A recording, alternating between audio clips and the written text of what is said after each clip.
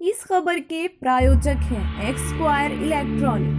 1984 से Samsung brand का एकमात्र showroom 297 B Abu lane, opposite Nishat cinema, Meerut. Christmas का त्योहार पूरे विश्व में धूमधाम से मनाया जा रहा है। 25 दिसंबर को क्रिसमस का त्योहार मनाया जाता है। इसे बड़े दिन के नाम से भी जाना जाता है और ईसा मसीह के जन्म की खुशी में मनाया जाता है। कोरोना संकट के बीच देश के हर राज्य में क्रिसमस धूमधाम के साथ मनाया जा रहा है। मेरठ में भी शहर के सभी प्रमुख चर्चों को सजाया गया है। आपको बता दें कि मेरठ में आज कोरोना गाइडलाइंस के साथ क्रिसमस मनाया जा रहा है। हालांकि महामारी के प्रकोप के बीच श्रद्धालुओं का उत्साह बना हुआ है और चर्च के बाहर बड़ी संख्या में लोग सोशल डिस्टेंसिंग के साथ एकत्र हुए और क्रिसमस का पर्व हर्ष और उल्लास के साथ मना रहे हैं।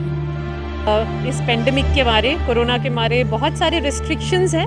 हम उन सारे लिमिटेशंस के साथ ही अपने सर्विसेज को कर रहे हैं। जैसे हर साल हम अपने कैरल सिंगिंग को करते हैं। कैरल सिंगिंग का मतलब है हम इकट्ठा होके अलग अलग घरों में जाके गीतों को गाते, जो हमने इस बार नहीं किया।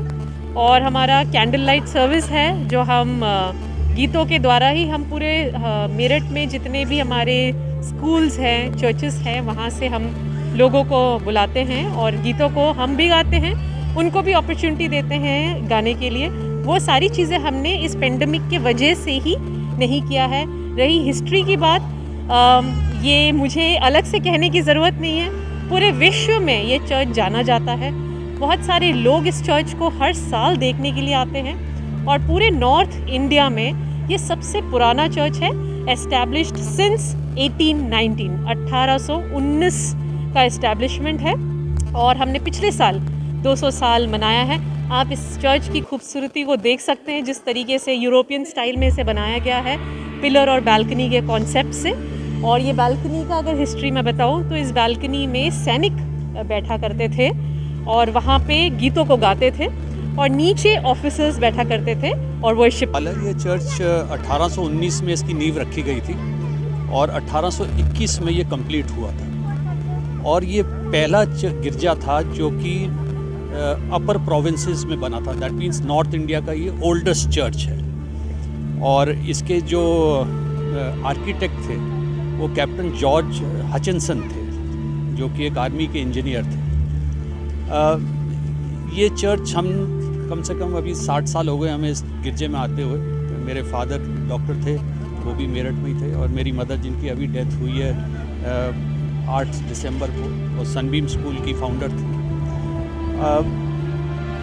कोविड से जो चेंज हुआ है वो ये है कि शुरू में 5-6 महीने तो ये चर्च गिरजा बंद रहा, जो कि कहें तो 10 मई 1857 के बाद जब म्यूटनी हुई थी, उसके बाद ये पहली बार ही था कि ये चर्च ऐसे बंद हुआ था। और अब ये खुला है और जितने भी प्रिकॉशंस हैं कोविड के वो लिए जा रहे हैं। जैसे आपने भी देखा होगा किस प्रकार से जो है सैनिटाइजेशन वगैरह होती है, और जो होली कम्युनियन, जो पाक रोटी जो खाते हैं अंदर, उसको किस प्रकार से लिया जा रहा है। वो अलग अलग किट्स दी हुई है। तो ये एक चेंज हुआ है। उसमें ये हुआ है कि थोड़ा सा फेलोशिप में कमी हो गई है। बट मेरे को पूरा विश्वास है कि आने वाले वक्त में दोबारा से उसी प्रकार से जैसे पहले यहाँ वर्शिप होती थी, उसी प्रकार से वर्शिप हो। 25 दिसंबर को जब भी आप क्रिसमस के मौके पर आते थे तो पहले किस तरह का माहौल रहता था और अभी क्या है? मतलब काफ़ी कम तादाद है, सेलिब्रेशन उस तरह के नहीं है? कंपैरेटिवली जो है तादाद कम है, और इसमें हमने, हमारे पादरी साहब ने ये सहूलियत दी है कि जो कि बुज़ुर्ग हैं या कोविड के मारे आना नहीं चाहते, उनके लिए जो ये पाक रोटी है या जो होली कम्युनियन है उनके घर पर पहुंचाई जाए। उन्होंने ऑनलाइन सर्विस सुबह 6:30 बजे, जैसे उन्होंने बताया, सुबह 6:30 बजे वो आके उन्होंने ये सर्विस करी, जो इन्होंने ऑनलाइन भेजी है उन लोगों को जो यहाँ नहीं आ पाए। पहले के मुताबिक नॉर्मली जो टोटल हमारी कलीसिया है वो कम है, काफ़ी लोग घर पर हैं।